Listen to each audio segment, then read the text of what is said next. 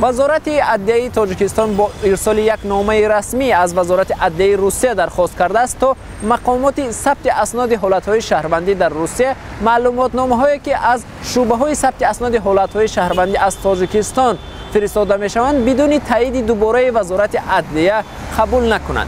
این درخواست وزارت عدلیه تاجیکستان در پی آن صورت می‌گیرد که در روسیه موردهای زیادی تقلب معلوماتنامه‌های مقامات ثبت اسناد حالت‌های شهروندی از تاجیکستان به قید گرفته شده است.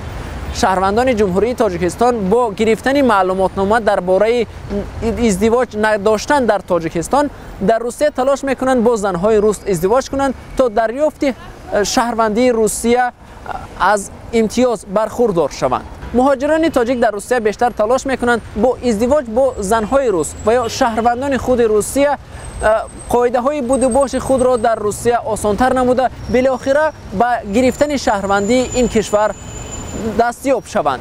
اما در این اواخر دادگاه های روسیه چند از موردهای ازدواج های تقلبی شهروندان تاجیکستان با شهروندان روسیه را بیکار کرد.